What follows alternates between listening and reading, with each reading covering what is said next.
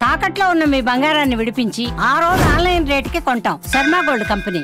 ఈ గ్రామానికి సంబంధించినటువంటి మహిళా మనులందరూ కూడా ఇక్కడికి విచ్చేసినందుకు తల్లులందరికీ కూడా ప్రత్యేక ధన్యవాదాలు తెలియజేస్తూ ఈ రోజున మన రాష్ట్ర ప్రభుత్వం ఏర్పడి సంవత్సరం నెల పూర్తయినటువంటి సందర్భంలో మీ గ్రామంలో ఉండే సమస్యలన్నీ తెలుసుకునేందుకు ఇంటింటా కూడా కార్యక్రమాన్ని చేపట్టి డోర్ టు డోర్ కార్యక్రమాన్ని చేపట్టి మా పార్టీకి సంబంధించినటువంటి నాయకులందరూ కూడా మన ఇళ్లకు వచ్చి మీ ఇంట్లో ఉండే సమస్యలను తెలుసుకునేందుకు సంవత్సర కాలం పూర్తయిన తర్వాత ప్రజా సమస్యలు తెలుసుకునేందుకు తెలుగుదేశం పార్టీ ఈరోజు ఇంటింటా కార్యక్రమాన్ని చేపట్టడం జరిగింది. మా బిఎల్ఏలు కానీ మా నాయకులు కానీ ఈ రోజు మీ ఊళ్ళో చాలా ప్రాంతాల్లో సందర్శించడం జరిగింది.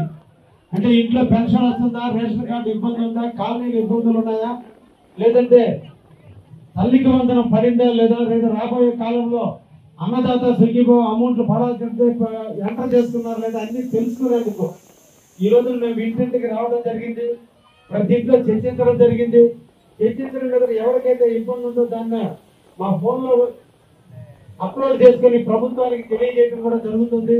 ఎవరికైతే సమస్య ఉందో వాటి అన్నింటినీ కూడా అతి తొందరలోనే పూర్తి చేయడం కూడా జరుగుతుందనే విషయాన్ని కూడా మీ అందరికి కూడా తెలియజేస్తున్నా. ఒట్టూరు నేను రాత్రి 11 గంటలప్పుడు రాత్రి 11 గంటలకు ఎలక్షన్ టైం అయిపోయిన తర్వాత రాత్రి నడిచి ఈ గ్రామానికి వచ్చా. ఆ రోజు కూడా ఇదే ఈ రోజు మేమందరం వస్తుంటే ఎంత స్వాగతించారో ఆ రాత్రి కూడా అంత స్వాగతించారు. నాకు ఈ ఊళ్ళో మంచి మెజారిటీ ఇచ్చారు. అందుకని ఒట్టూరు అంటే నాకు ఒక ప్రత్యేక అభిమానం ఉంది. ఈ ఒట్టూరికి ఎప్పుడు కాపలాగా అయితే బాధ్యత నేను తీసుకున్నా. అందుకనే మీకు ఈ గ్రామంలో సిమెంట్ రోడ్లు ఇప్పటికే దాదాపు 20 లక్షల రూపాయలకి ఆల్రెడీ ఇవ్వడం జరిగింది. మళ్ళా ఇప్పుడు ఒక 30 లక్షల రూపాయలకి మళ్ళా సిమెంట్ రోడ్లు శాంక్షన్ చేయించున్నాం. అతి తొందరలో సిమెంట్ రోడ్లు కూడా పూర్తి అవుతాయని కూడా మీకు తెలియజేస్తున్నాం. అదేవిధంగా జేజీఎం కింద జలజీవన్ మిషన్ కింద ఈరోజు 43 లక్షల రూపాయలతో మీ ఊర్లో వాటర్ ట్యాపుల కోసం ప్రతి బజార్లో కూడా పైప్ లైన్ వేశారు. కొద్ది ఇళ్ళకి మాత్రం ట్యాపులు బిగించున్నారు. అతి తొందరలో మిగతా ఇళ్ళకు కూడా ట్యాపులు బిగించి ఏ తల్లి ఏ చెల్లి ఇబ్బంది పడకుండా రోడ్డు మీద బిందెలతో తిరగకుండా ప్రతి ఇంటిలో ట్యాపు తిప్పుకుంటే నీళ్లు వచ్చేటట్టుగా కూడా ఆ పథకాన్ని కూడా ఈ రోజే ప్రారంభిస్తున్నాం. అతి తొందరలో మిగతాది కూడా పూర్తి చేయడం కూడా జరుగుతుందనే విషయాన్ని కూడా మీకు తెలియజేస్తున్నాం.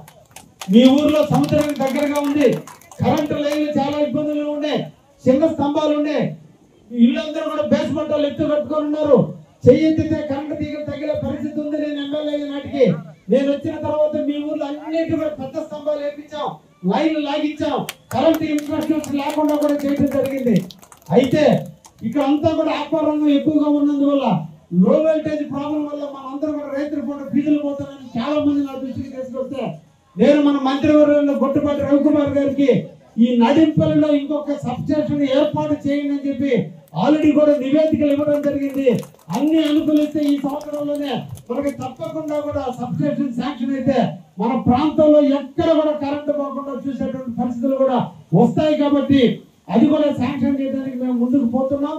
తప్పకుండా దేవుడు ఆశీస్సులు మనకు ఉన్నాయి కాబట్టి తప్పకుండా అది కూడా శాంక్షన్ అవుతుందని నమ్ముతున్నాం. ఇకపోతే మేము కావాల్సిన డ్రైనేజీలు తప్పకుండా డ్రైనేజీలు కూడా సిమెంట్ రోడ్లు పూర్తయిన వెంటనే డ్రైనేజీలు టేకప్ చేసి ఊరంతా ఒకేసారి డ్రైనేజీలు పూర్తి చేసేటట్టుగా కూడా మేము రూపొందించడం కూడా జరిగిందనే విషయాన్ని కూడా మీకు తెలియజేస్తున్నా. సముద్రం పోయే బాటలు, మీ శ్మశానంలో పోయే బాటలు మీరు ఇబ్బందులు కూడా నా దృష్టికి తీసుకొచ్చున్నారు. అతి తొందరలో వాటిని కూడా రోడ్డుని ఇప్పుడే కొత్తగా మారిటింగ్ ఫండ్ కింద రోడ్లు వేయడానికి ఇప్పుడే నివేదికలు తయారు చేస్తున్నాం.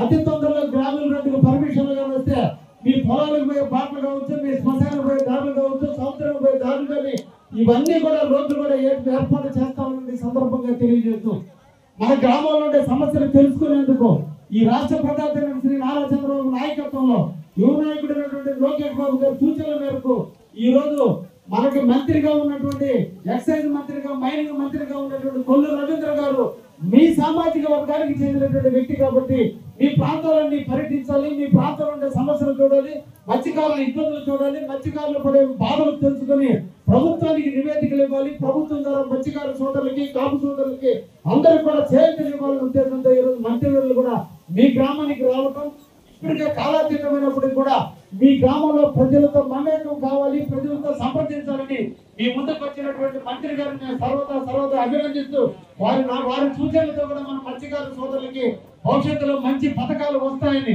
అదేవిధంగా బేటా రవిచంద్ర నేను ఇద్దరం కూడా కలిసి మన ప్రాంతానికి సమస్యలన్నింటినీ పరిష్కరించే దాంట్లో మేము ఇద్దరం కూడా కలిసి మీకు అందరికీ తోడుగా నీడుగా మెండుగా ఉంటామని కూడా తెలియజేస్తూ ఈ అవకాశం ఇచ్చిన రామకృష్ణకి ముఖ్యంగా ఒట్టూరు ప్రజలకి పేరు పేరున ధన్యవాదాలు తెలియజేస్తున్నాను. చాలా సంతోషంగా ఉంది. ఈరోజు మన ముఖ్యంగా సంవత్సరం అయింది ప్రభుత్వం వచ్చి.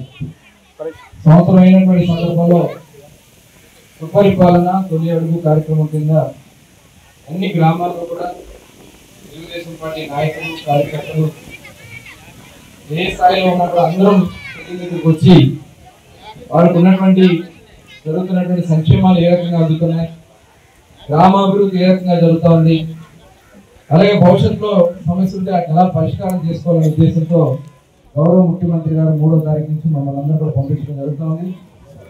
దానిలో భాగంగా ఈరోజు నేను మన గ్రామాలకు వచ్చినటువంటి సందర్భంలో మరి మీ అందరూ కూడా దాదాపు 33,000 ఓట్ల మెజార్టీ, అన్ని బూత్లో లెక్కేస్తే 36,000 ఓట్ల మెజార్టీ వారి నాయకత్వంలో, అలాగే మనందరికీ కూడా అండగా ఉంటూ యువత అధ్యక్షుడిగా వారి రాష్ట్ర యువత అధ్యక్షుడిగా పనిచేసినప్పుడు నేను కృష్ణా జిల్లా తెలుగు యువత అధ్యక్షుడిగా నేను జిల్లా వారి ఆదరాభిమానంతో వారు ఇచ్చినటువంటి ప్రోత్సాహంతో వాళ్ళని మంత్రి స్థాయికి వచ్చారంటే ఖచ్చితంగా బేదా రవిచంద్ర గారి స్ఫూర్తి మాకు ఉన్నటువంటి మరి అటువంటి పెద్ద నాయకులు ఉన్నటువంటి నియోజకవర్గం, అలాగే ఇక్కడ వేదికను అలంకరించిన మార్కెటింగ్ చైర్మన్ అలేఖ గారు, అదేవిధంగా పెద్దలు సీనియర్ వాసిరెడ్డి గారు, వెంకటరావు గారు, ఇంకా వేదికను అలంకరించిన మరి మండల పార్టీ అధ్యక్షుడు రామకృష్ణ గారు, గ్రామ పెద్దలకి గ్రామ కాపులకి అందరూ కూడా పేరు పేరున హృదయపూర్వక నమస్కారాలు తెలియజేస్తాను. పెద్దలందరూ చాలా విషయాలు చెప్పారు.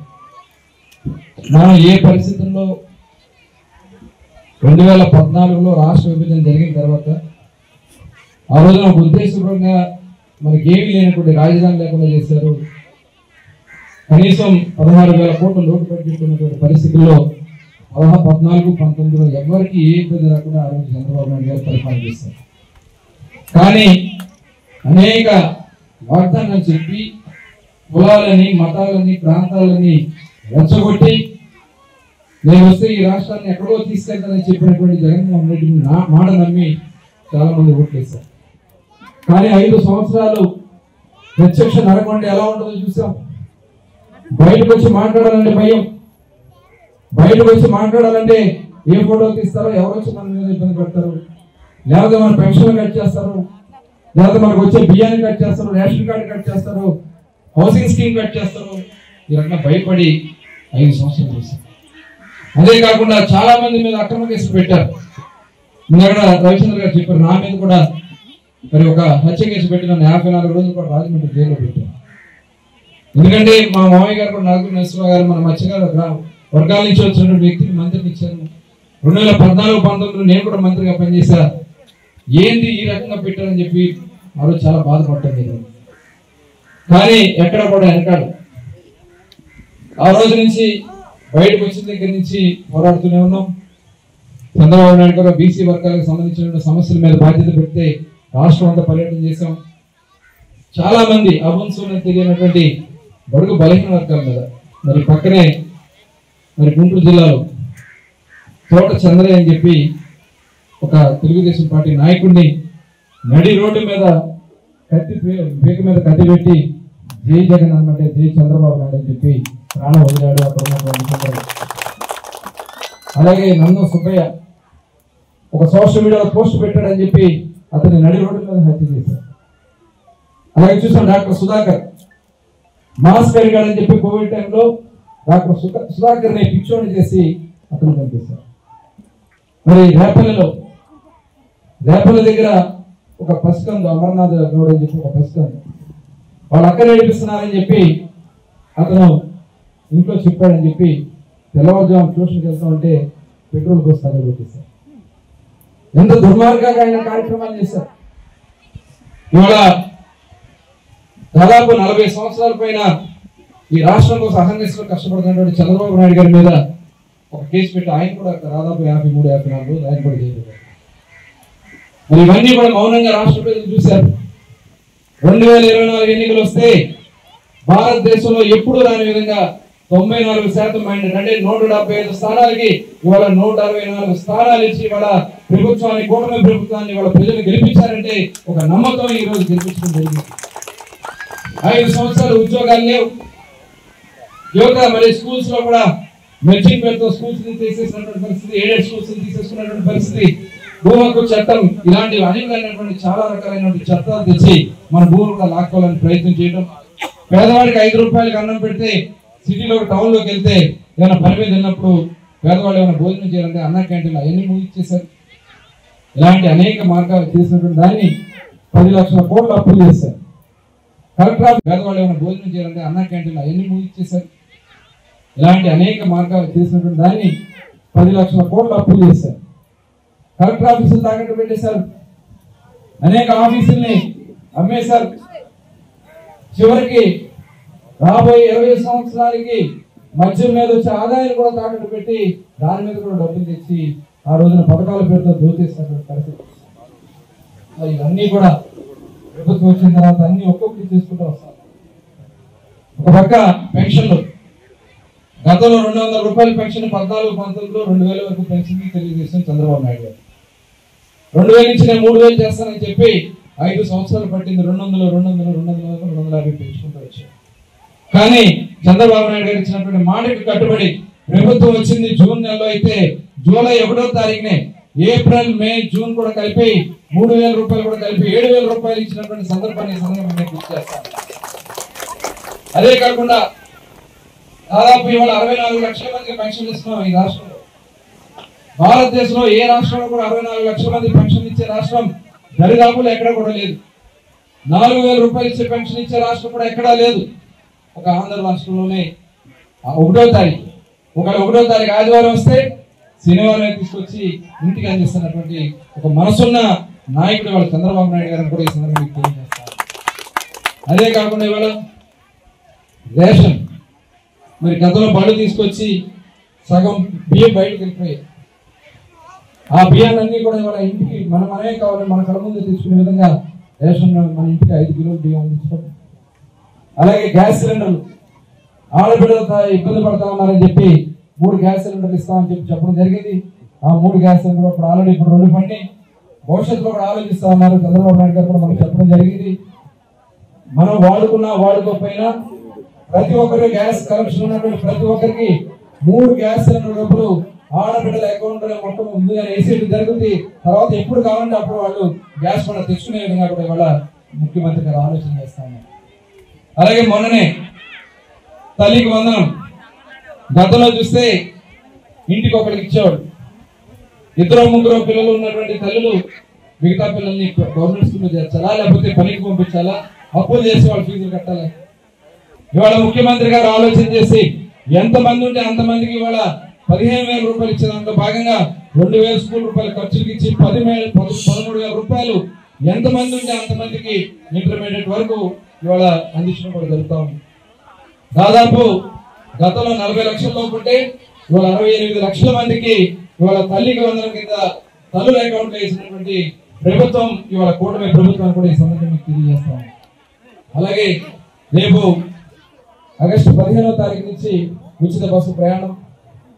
అలాగే రైతులకి భూమి ఉంటే ప్రతి ఒక్క రైతుకు కూడా 20,000 రూపాయలు, గతంలో కేంద్రం 6,000 ఇస్తే వీళ్ళు 7,000 కల్పిస్తే 13,000 ఇచ్చాడు, అది 3 విడతలు ఇచ్చాడు. ఇవాళ 6,000 తోడు చంద్రబాబు నాయుడు గారు 14,000 ఇచ్చి 3 విడతలుగా 7,000, 6,000 రూపాయలు రేపు వచ్చే నెలలోనే మన రైతు సోదరుల అకౌంట్ లో అన్నదాత సుఖీభావ కింద పడబోతా ఉందని కూడా ఈ సందర్భంగా తెలియజేస్తాం. ఇవన్నీ కూడా కార్యక్రమాలు చేస్తున్నాం. ఇవాళ రోడ్లన్నీ గుంతలు పూడ్చాం. ఇప్పుడే సిమెంట్ రోడ్ కూడా చూడడం జరిగింది.